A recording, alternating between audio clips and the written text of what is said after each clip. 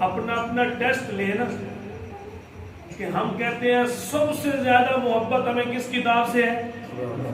ذرا بولے اب ذرا ہم اپنی محبت کو چیک کریں کہ سب سے زیادہ ہم روزانہ کی بنیاد پر کس کتاب کو پڑھتے ہیں؟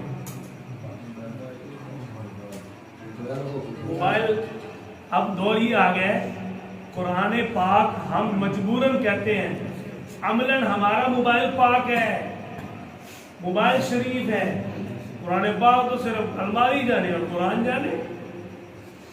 بھائی بات سنیں، قرآن کے فضائل، حدیثیں، ثواب اور اجر یہ آپ وہ سن چکے ہیں، اب وقت ہے اپنی کمی کوتاہیوں کو دور کرنے کا۔